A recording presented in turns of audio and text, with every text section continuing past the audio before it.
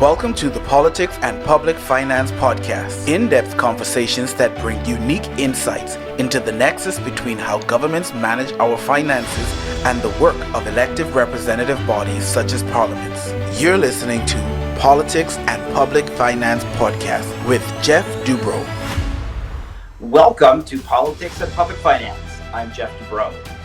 This week, a very interesting show on public debt and the impacts it has had, specifically with two guests from the Caribbean. I'll be talking to Dr. Peter Phillips, who is the former leader of the opposition and former finance minister, still a member of parliament from Jamaica, and Michele Robinson, who is a debt management consultant. And this conversation comes on the heels of the release of 4 briefs on the role of Parliament in debt management that we all participated in, the global launch put on by the National Democratic Institute and Westminster Foundation for Democracy earlier in the week. So I'm delighted to welcome Jamaican MP and former Finance Minister Dr. Peter Phillips, as well as public debt management consultant Michele Robinson. Welcome to you both. Great to have you on Politics and Public Finance. It's good to be here, Geoff.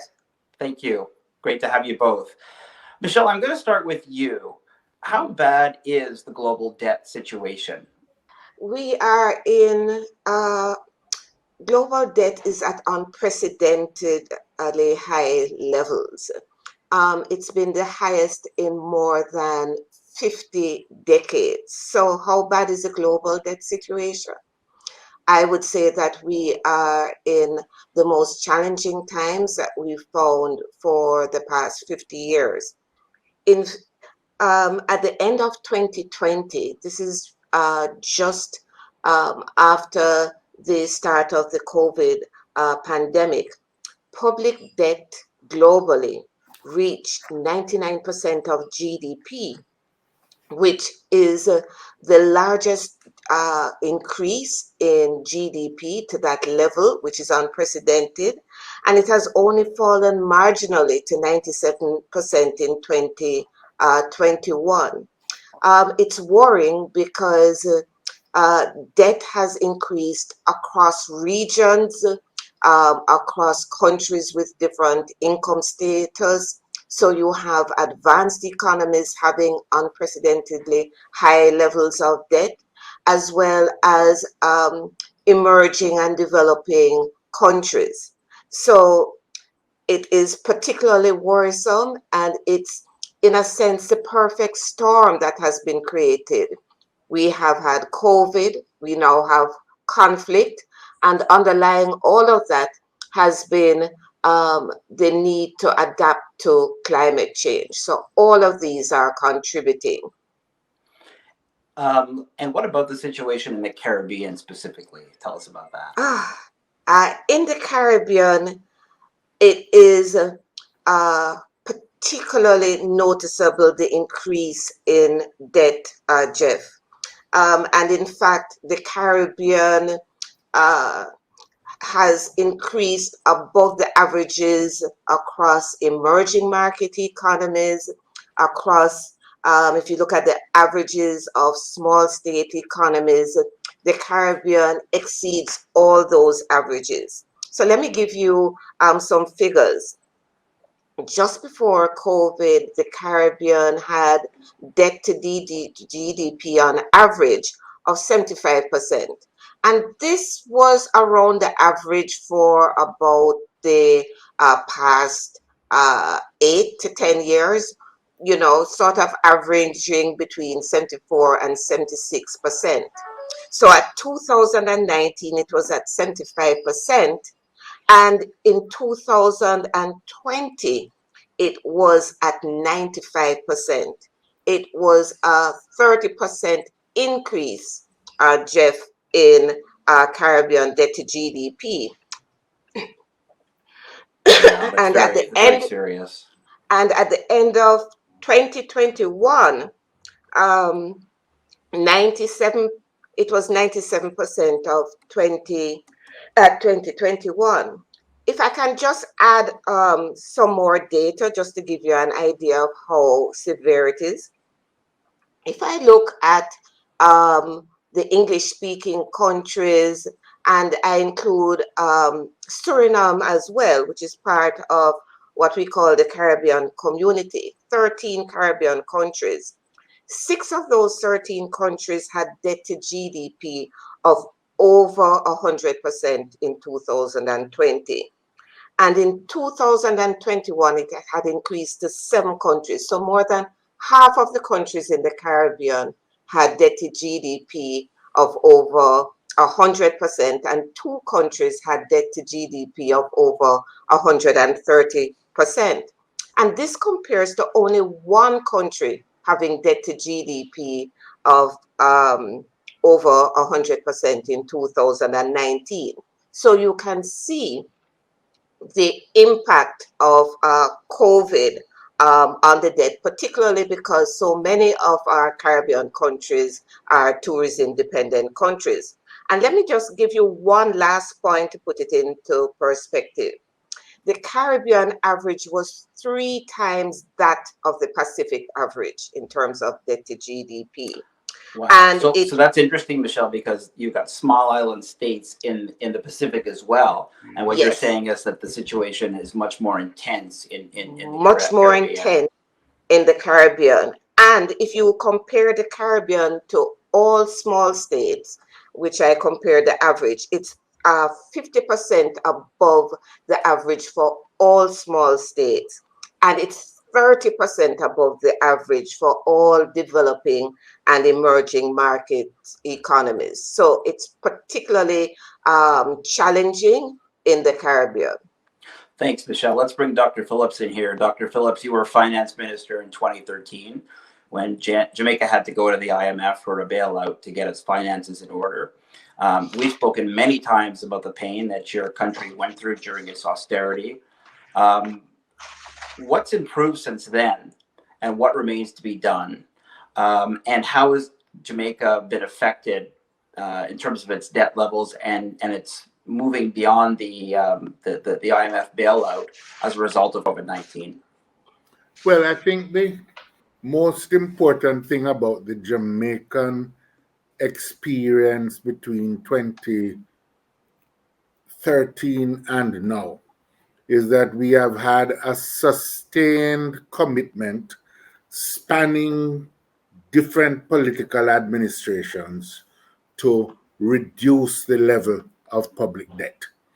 And the fact that that effort has been sustained, and while there may be issues with some of the specifics of policy, there is no doubt that the country as a whole has been able to stabilize its public finances. There is also no doubt that it has been beneficial overall to the investment climate and to the levels of productive activity that we're seeing. Unemployment rates have trended down. We have had the balance of payments accounts, and up until recently, inflation has also been contained. Now, in relation to what Michele was discussing earlier, I think we have to recognize that the Caribbean hasn't really emerged as a region from the 2008 Great Recession, which saw a huge buildup of Caribbean debt. Wow. Over the period. And at one point, probably about, if my memory serves me correctly, you had about 12 of the 13, 14 countries in the community, Caribbean community, that had at one point or the other an IMF program. There is, while great efforts have been made, what we see in the COVID situation is that there is always a crisis coming around the corner. If it's not a global pandemic, I mean, unprecedented as it was of COVID, we have regular climate-related events that have set us back. And quite frankly, while I appreciate all the efforts that are being made, by organizations like the National Democratic Institute and Westminster Foundation and UNCTAD to bring the issue of debt to the forefront of people's consciousness.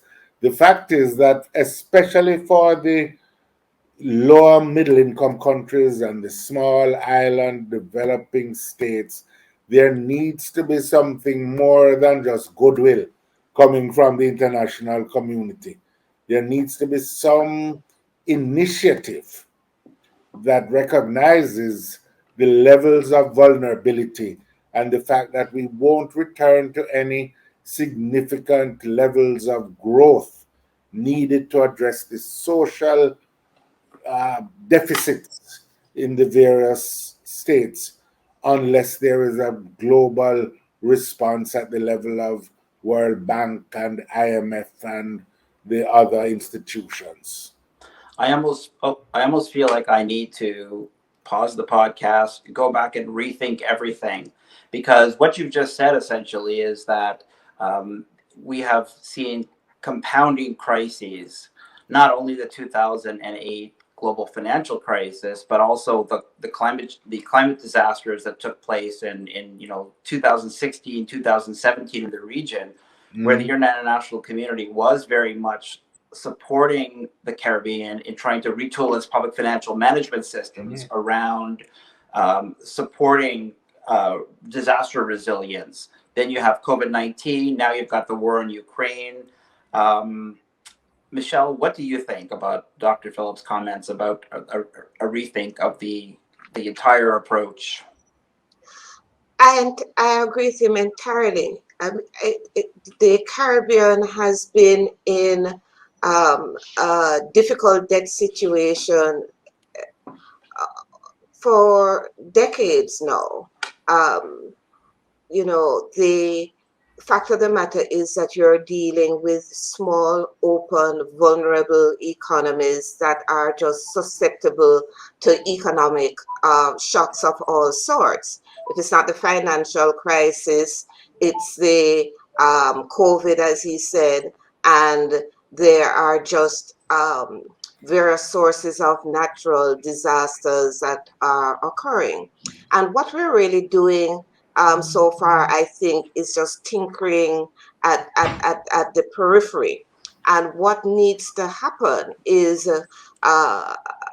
consensus in the global community about how you deal with economies that don't qualify for normal relief, like highly indebted poor income country initiative, or who don't qualify for the more recent debt service suspension initiative because of their middle income status, but yet at the same time have devastating impacts because of these shocks, which are long lasting and translate so quickly into high and escalating debt. So I think, and the fact of the matter is that climate adaptation and mitigation, which is also a critical issue for many small states, need substantial financing, because you're talking about countries where the bulk of the population lives along the coastline, and that coastline is eroding, people's livelihoods are being lost, and there needs to be substantial financing to provide these economies with a way out. I looked at the recent IMF projections for economic growth, and what struck me about it was that while there was growth actually projected for emerging and developing economies overall, for the Caribbean, it was absolutely stagnant, and prospects that there might not be growth in the future given the present conflict in Ukraine, given the increase in energy prices, given the increase in food prices, and the need then to provide substantial support to vulnerable populations. In the absence of cheap financing or fiscal space. So I think there needs to be a rethink. There's been a lot of talk, but very little action in this regard. And that's a very good segue in to back to Dr. Phillips. My observation from having worked pretty much all over the world is that the IMF, the International Monetary Fund, has a disproportionately large role in the Caribbean. There are a lot more bilateral and multilateral donors floating around in Africa and Asia than there are in the Caribbean. So if that assumption is correct, Dr. Phillips, I'm suspecting that you've had your ear to the ground and you've had discussions. Has this conversation started with the International Monetary Fund? Even in the Article 4 consultations, has this discussion started about the need for a rethink? There has been a discussion of sorts going on at least 10 years and probably beyond that. I can certainly personally vouch for the last decade. But beyond that, but what is missing really, I think that the consideration among what I would call the great powers is how do you address the specific needs of the Caribbean without setting a precedent that other middle income states that they consider less deserving would latch on to and try to claim. Now I think there has been therefore a kind of lack of will. What you need is a kind of category that could fit. But I think more importantly is that,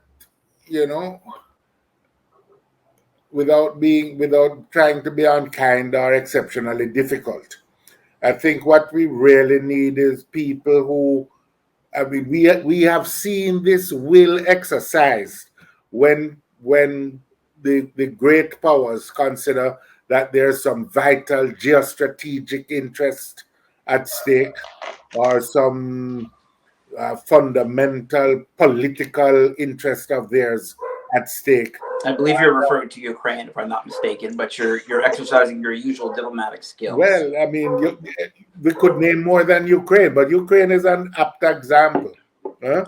And so what we really need is a clear recognition of how important the situation is. Michele mentioned, the populations living on the coastline. But remember too, apart from probably two Caribbean states that are commodity-based economies, oil, Guyana, Trinidad and Tobago, Suriname, mixed bag, 3. You're facing all the others are tourism-based. The climate-related disasters are not just a matter of resilience for the populations in the areas, but the fundamental economic livelihood of the Caribbean is going to be threatened by the particular position that we find ourselves in. And then added to that, there was, the volcano in St. Vincent and the Grenadines was an additional point of devastation. So I think part of the problem, in a sense, for the Caribbean is that, there was no peace dividend following the end of the Cold War.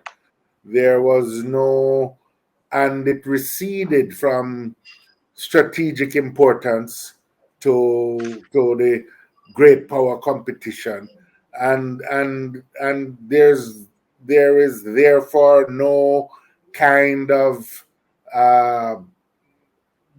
really intense attention being paid.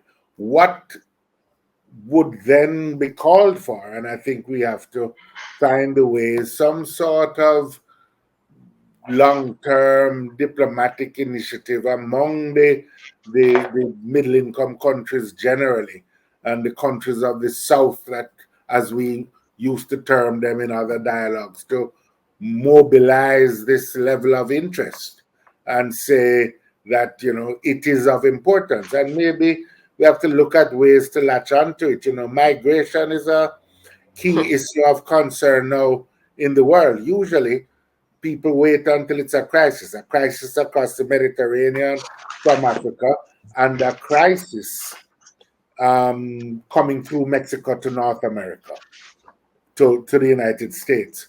But interestingly, more recently, you're finding a lot of Caribbean people trying to make a route, not only directly through the Caribbean Sea, but coming through Central America and Mexico into the United States, because the grip of poverty is not going to be endured and people not move in today's globalized and interconnected world. So I'm here with Dr. Peter Phillips, a member of Parliament from Jamaica and former leader of the opposition, and with Michele Robinson, who's a debt management consultant. Dr. Phillips, the 4 briefs that were launched this week on the role of Parliament in public debt management focus mostly on Parliament's role. What we don't talk about a lot is the role of a parliamentarian as advocate for the kind of change that you have been referring to. Can you talk a bit about the work that you've done in that regard, but also other parliamentarians in Jamaica have done to try to advocate for the type of systemic changes that you've described? Actually, there has been not enough of that type of advocacy or that kind of even dialogue within our domestic community. I was particularly pleased with the briefing documents, such as I've been able to read them since earlier this week, but because they point to, there's a lot of information, very relevant information shared, and thus they have answered a deficit that I think many of our parliamentarians face. And part of the challenge we're going to have now is to get these briefing documents into the hands of the parliamentarians, certainly in Jamaica, for them to understand the nature of the legislative frameworks that are in place elsewhere, although I would say that ours tend to be quite robust as far as the legislative framework is concerned. But what is, you see, you can have a framework, but what is needed is probably a much sharper awareness about the risks of debt in our domestic community, and a dialogue about those risks, because as was observed in the discussions earlier this week, there is always the pressure to spend, the political pressure to spend. Michele, in her remarks earlier in the week, in the webinar, made the point that while you might seem to be answering a present need, a present exigency, you also have to understand that high debt levels increase vulnerability and constitute a check, a drag, have a negative impact on the development potential. But that is not immediately visible to the average member of parliament who wants a bridge and a road to be repaired and a new school in the area and new hospital and health center, etc., etc., etc.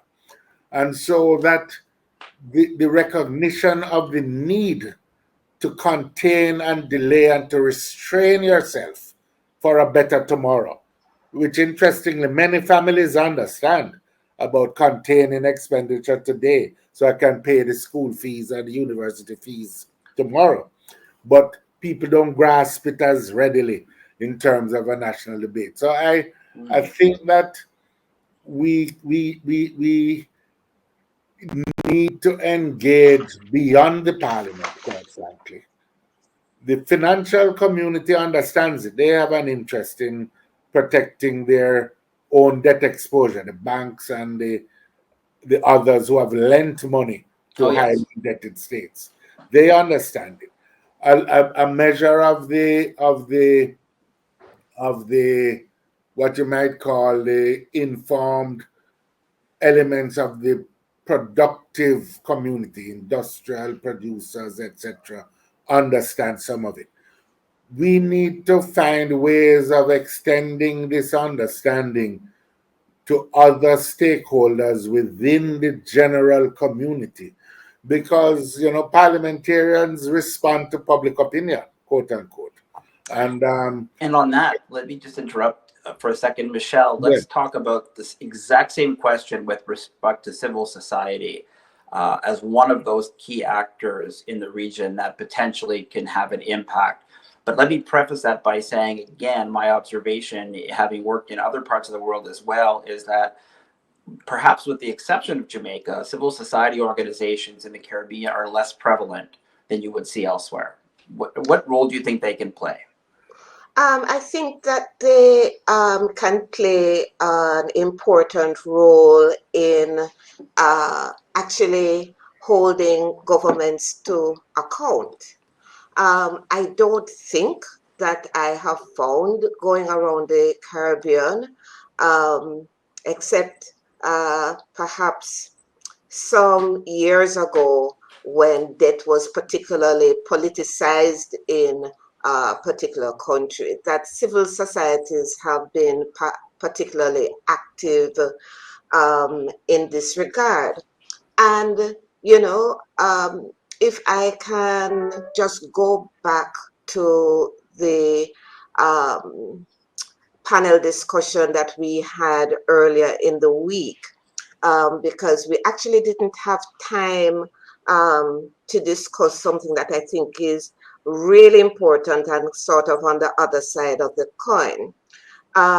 We have talked about the need to educate parliamentarians, and as Dr. Phillips said, there's been a huge deficit, and it's something that we've recognized in the debt management community for some time, that we speak to finance ministers, we speak to debt officers in the debt management office. They understand the issues already. Yeah, so preaching to the converted. So we're preaching to the converted, and so we recognized, I've met with many ministers of finance who've actually said, Michele, can you come to Parliament with me to explain something to matter on debt to parliamentarians? And it brings me to the point that I want to raise, that sometimes information can be hidden in plain sight, because there are many occasions where ministers have said to me, specialists in the area have said, but we are providing information to Parliament. And when we're talking about education or transparency, there's a key characteristic that we forget. It needs to be understandable, so that very often we prepare these technical documents, or we put that information in in financial statements, which nobody is going to read, or we use technical terms that are not understood. So in a sense, there's an equal responsibility by the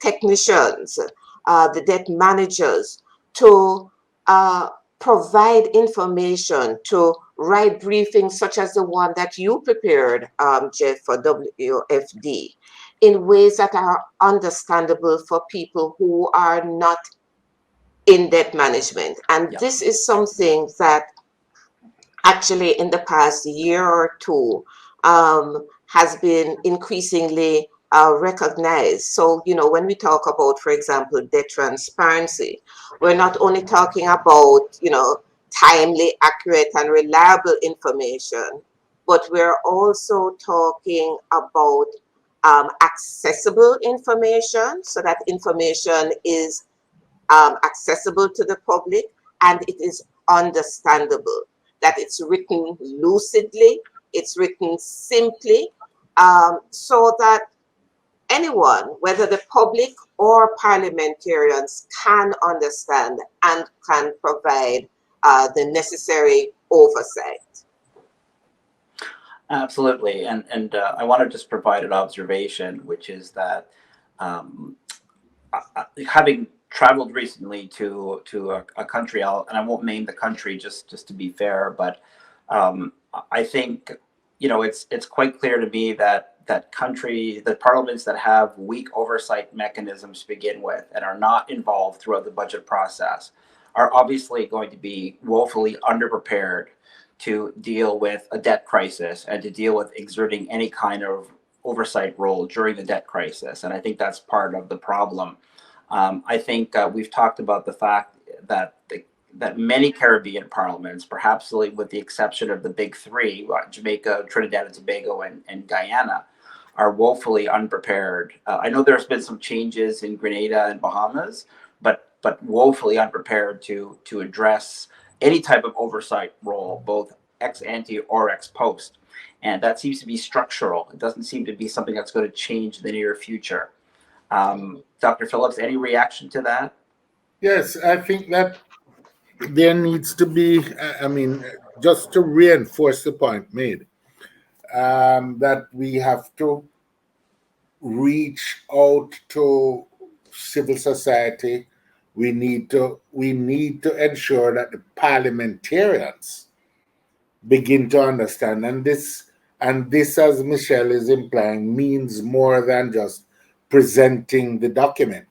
And there are things that can be done not only to provide more easily understandable documents, but I think rule changes that would allow for independent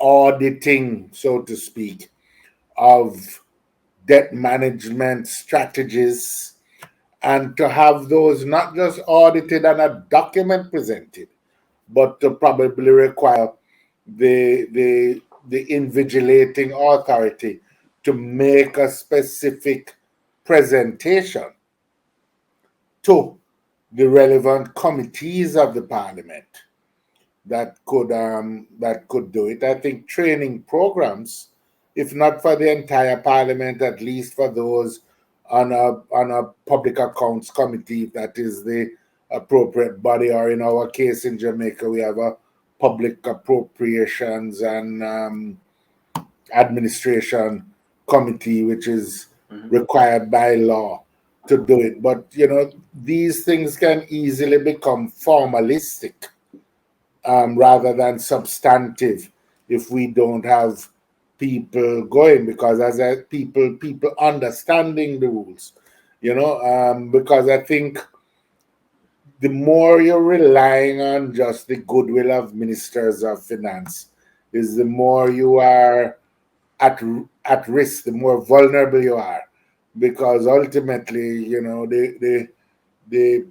he or she is the only person that is insisting that both sides of a budget, expenditure and revenues, are brought into some kind of meaningful balance.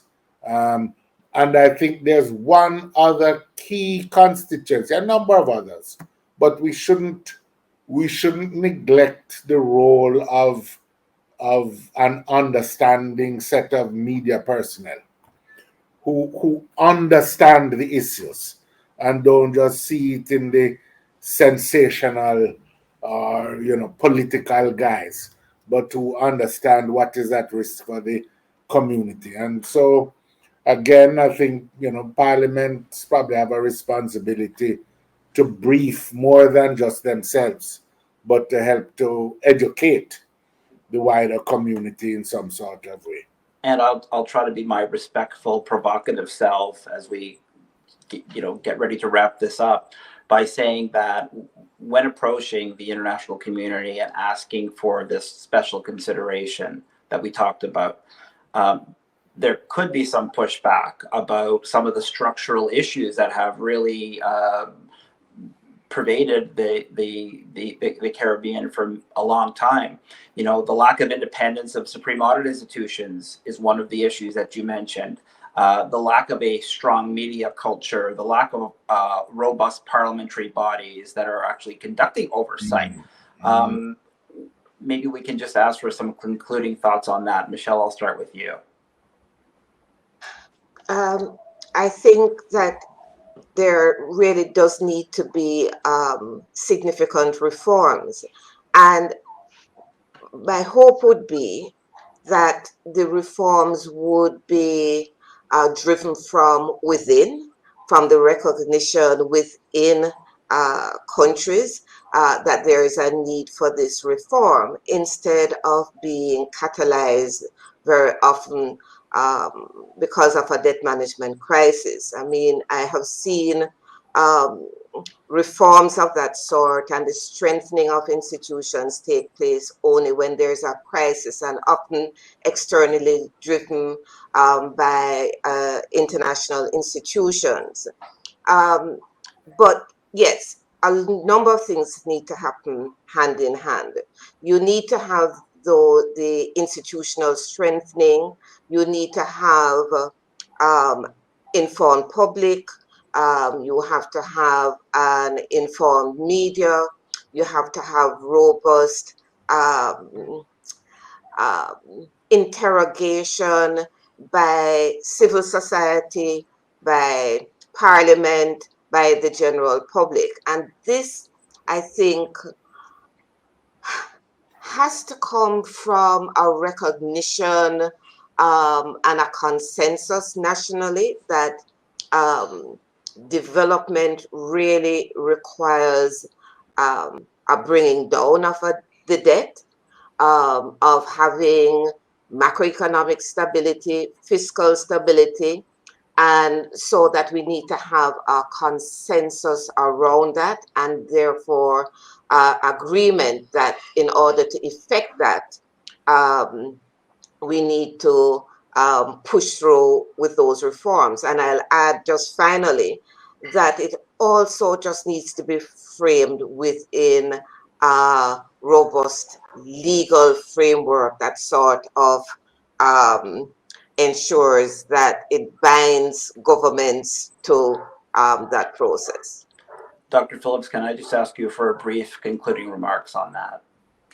I would just say I underscore everything that Michele has said a while ago. I think it's very important, and I think we have to understand, and those in the international community need to understand that our states, the small island states of the Caribbean, are still in a process of evolution. We are becoming more and more aware of these things, and that we all need to combine the domestic stakeholders, international stakeholders, to make this process evolve in the right directions. And that is not ideally managed in a sort of didactic or dirigist or imperious frame of approach to the problems. I think they have to recognize that we also want development. The thing is that there is a knowledge deficit in many areas, but we wouldn't be the first to suffer from knowledge deficits, and we are very much capable of learning. Sorry, please go ahead. As a community. No, I'm done. Thank you. Sorry to cut you off so close to the end of your sentence there. And I just want to throw one last comment, which is, there are all these regional NGOs, non-governmental organizations like AfroDad, Eurodad, the Committee to Abolish Debt. Where is CaroDad? Jubilee Foundation in the UK. Yeah. Where is CaroDad? Let's meet up in 6 months and find out if there's a CaroDad. And I wouldn't be surprised if two of the founding members of the executive were Dr. Peter Phillips and Michele Robinson from Jamaica. Thanks, Geoff. I nominate Michele as president. That's very kind of you. It's very kind of you, Dr. If you want something to do, ask a busy person, right? If you want something done. And I just want to mention that the four briefs on the role of Parliament and public debt management are available on the Nexus PFM website at nexuspfm.com. And that's our podcast for today. Sincere thanks to Dr. Peter Phillips, MP from Jamaica, and Michele Robinson, a debt management consultant from Jamaica. Politics and Public Finance is produced and sponsored by Huge Impact Marketing. Wherever you're listening to this podcast, be sure to subscribe. I'm Geoff Dubrow. Thanks so much for joining us. See you next time.